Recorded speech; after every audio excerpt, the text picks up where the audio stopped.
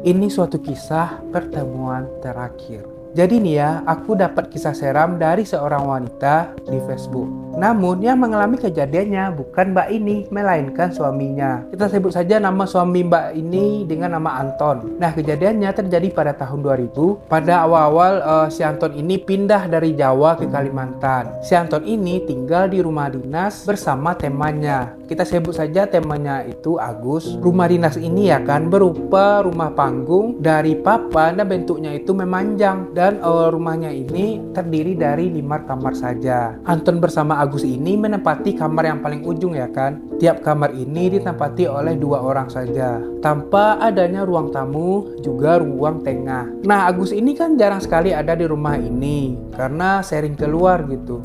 Kalau si Agus ini pulang kerja ya kan, langsung pergi lagi dengan teman-temannya entah kemana. Kalau si Agus ini baru balik dari tempat mainnya, itu pasti tengah malam. Ya namanya anak cowok tahu saja ya kan. Nah, suatu malam si Anton ini sedang makan nasi goreng sambil nonton TV. Sekitar jam 10 malam sambil menunggu si Agus ini pulang.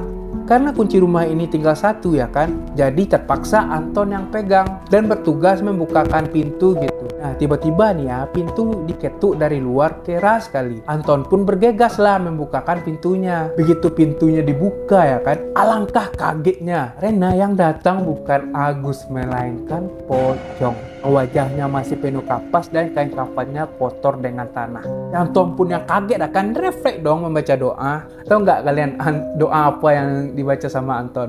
Yaitu dia membaca doa makan. Karena yang dia ingat dan terakhir dia baca ya kan, itu doa makan. Jadi sehabis makan dia tuh, yaitu makan nasi goreng ya kan. Tapi syukurnya nih ya, pocong itu menjauh. Tapi anehnya tidak pergi menghilang, tetap berdiri di bawah pohon rambutan sekitar 10 meter dari kamar. Pintu kamar cepat-cepat ditutupnya, khawatir kalau pocong itu masuk ke kamar ya kan. Karena diri si Anton ini masih penasaran, memastikan pocong itu sudah pergi atau belum. Diintipnya ya kan lewat jendela. Ternyata pocong itu masih berdiri di sana sambil memandang ke arah Anton gitu. Tapi nih ya, wajah pocong ini nggak asing nih bagi si Anton. Kayak mengingatkan kepada seseorang, walaupun muka pocong itu penuh kapas gitu. Kayak tahu tapi siapa gitu. Nah, tidak lama kemudian HP Nokia jadul Anton pun berdiri.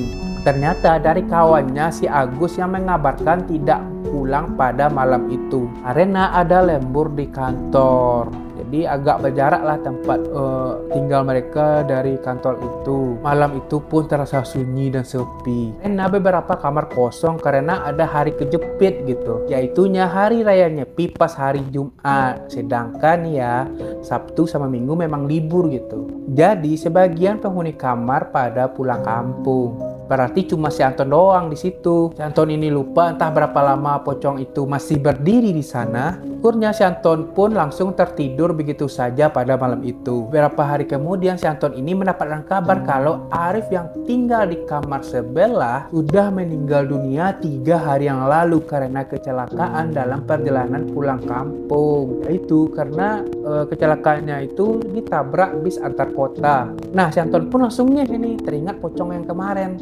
malam itu loh. Ya, pocong itu mirip dengan kawan kamarnya itu yang bernama Arif. Walaupun penuh dengan kapas, tapi masih terlihat dari bentuk hidung, mulut, dan badannya itu Arif. Kan hari Jumat, hari raya tuh, sedangkan Sabtu Minggu kan memang libur.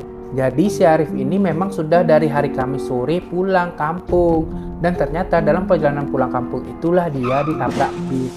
Ini ya, sebelum berangkat mudik, Arif dan Anton juga teman-teman yang lain sempat bercanda dan berbincang-bincang. Mereka berjanji setelah pulang dari mudik nanti akan memancing bersama di sungai dekat situ. Dan si Arif akan membawa alat pancing dari kampungnya untuk dipinjamkan pada Anton. Nah, mungkin karena itulah Arif mendatangi Anton untuk pamit dan meminta maaf tidak bisa memenuhi janjinya untuk memancing bersama, termasuk bakal meminjamkan alat pancingnya pada Anton. Duh, sesuai banget sih.